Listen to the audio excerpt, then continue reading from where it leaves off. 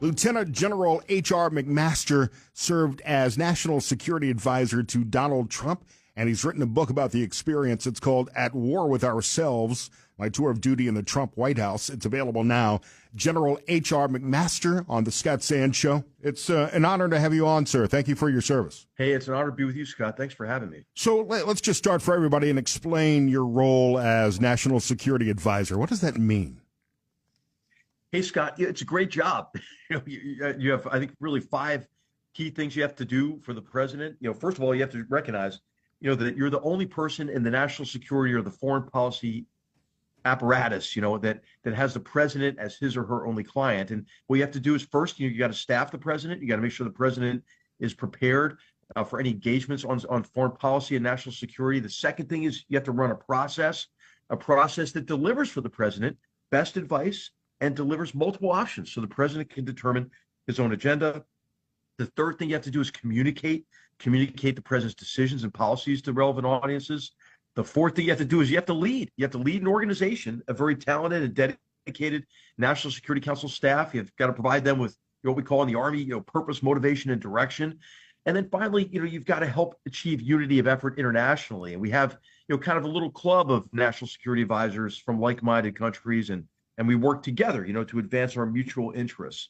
But it's a great job, and as I hope what comes through in the book is a tone of that I recognize that it was a real privilege to be able to do that job. So you've got to understand, anticipate every potential threat to the United States and the world. There doesn't sound like there's any stress at all involved in a job like that.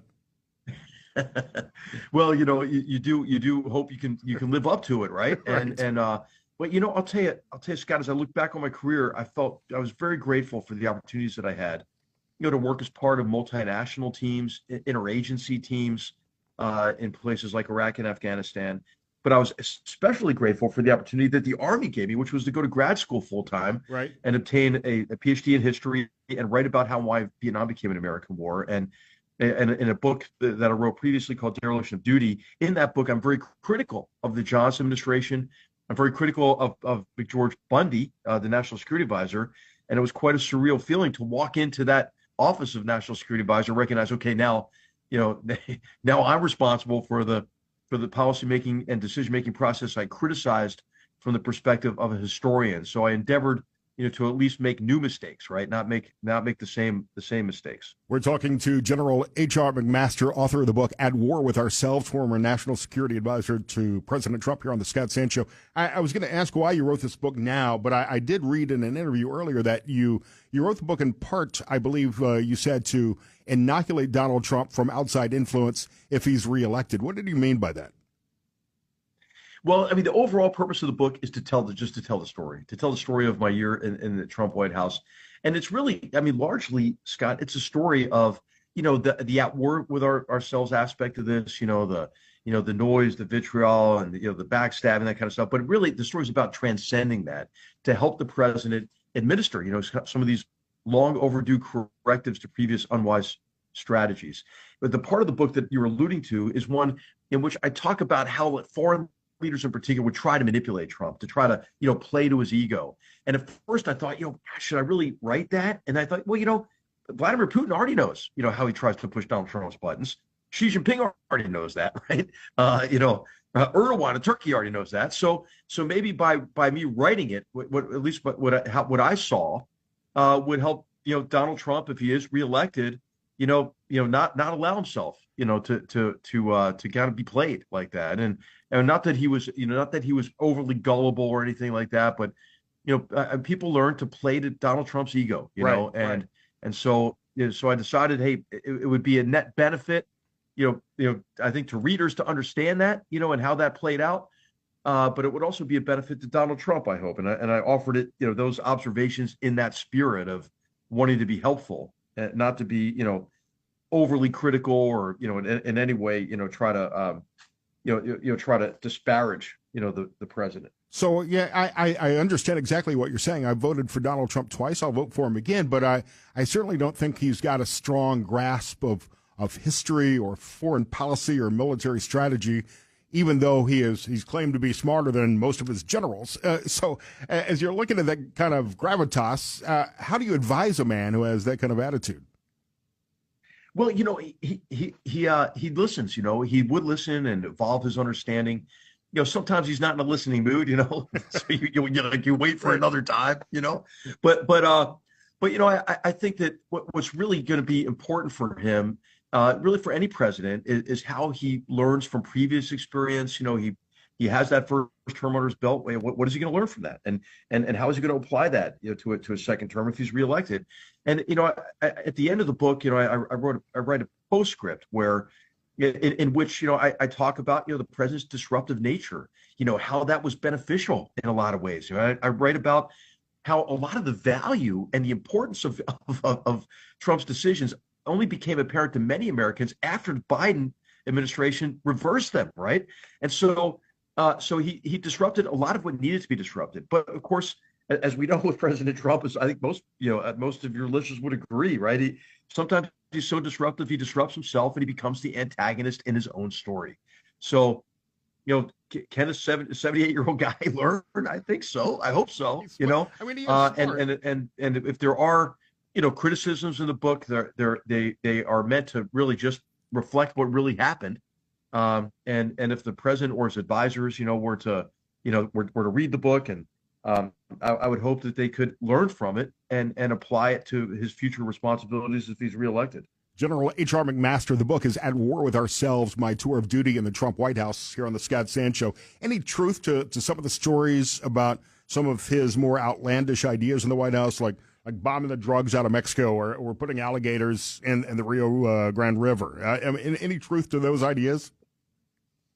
Well, he would say that kind of thing, but I was with him, every day, multiple times a day, right? And so I knew that he was thinking out loud a lot of times, and he would say, and I write in the book outlandish things. Some of the things I just kind of left out of the book because they were so outlandish, but I do give some examples, but I give examples based on that he is kind of thinking out loud. He wasn't issuing directives, to bomb the labs, but in saying that, what he was saying is like, hey, fentanyl is killing 60,000 Americans a year. And he's saying, what more can we do about this?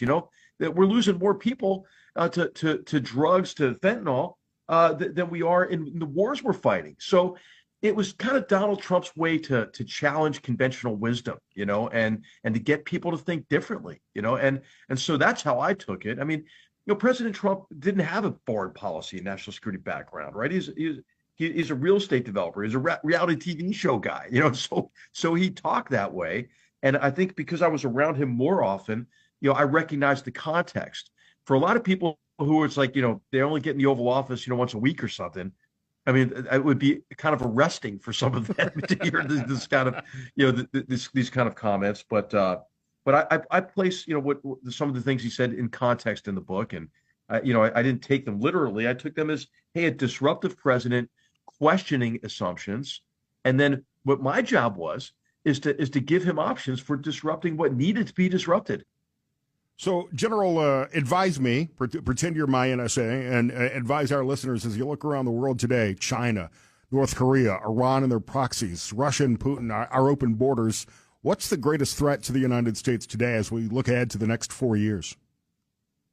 Yeah, Scott, it's kind of all of the above, right? I mean, I think what we're seeing is a coalescing of an axis of aggressors. You have, China and Russia, the two revisionist, revanchist powers on the Eurasian landmass. You're the first, really major, large-scale war in Europe since World War II, and that conflict, I think, has cascaded into the Middle East. I think that the horrible attacks of October 7th against Israel and the violence and the suffering we're seeing in that region now. I mean, I think that's related overall to the perception of weakness. And in one of the chapter titles in At War with Ourselves is that weakness is provocative.